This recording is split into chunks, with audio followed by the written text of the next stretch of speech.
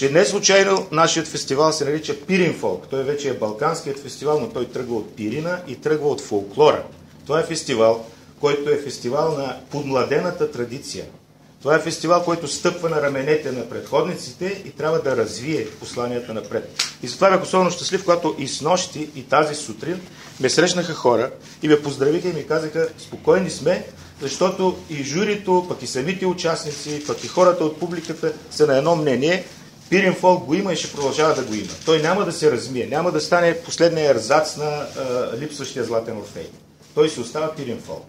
Така, това е първото, с което искам да почна, че ме радва. Това е идентичността, която дължим не само на нашите организатори от община Сандански, не само на колегите от журито, които наистина са специалисти и наистина си разбират от работа, но дължим най-вече на нашата публика. Защото всъщност големият артист са хората, които ни създават. Ще припомня на журналистите, аз и на моите студенти го дам този пример, че като се говори за хит, трябва да се има на ум не това, което ние си мислим в момента, а това, което ще остави като зранцата на златотърсачите от СИК. Столц, един американец, го беше измислил. За да измисли формата Top 40, хитовите песни, които се повтарят, той беше наблюдавал как в джукбоксовете хората се пускат никеловите монетки от 25 цента, за да избират едни и същи песни. И това се наложи като формат в радиото и промени цялата медия и създаде форматното радио и създаде понятието хит.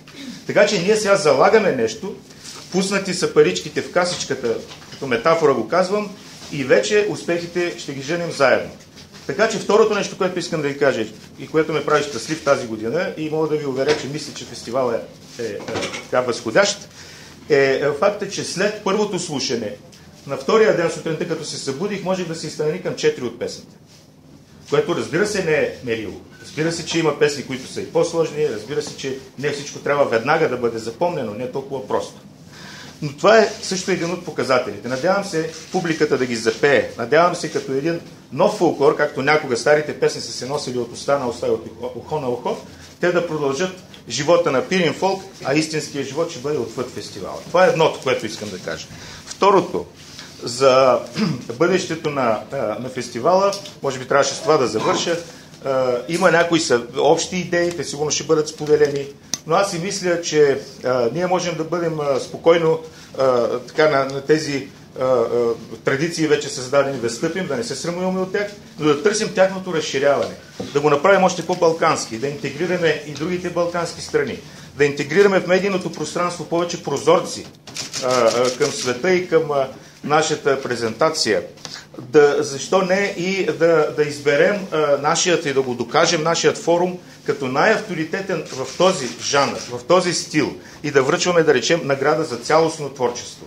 Някога бях член на експертната комисия на най-стария фестивал фолклорен в България, Международен фолклорен фестивал в Бургас. И ние тогава измислихме наградата за цялостно творчество Нестинарка.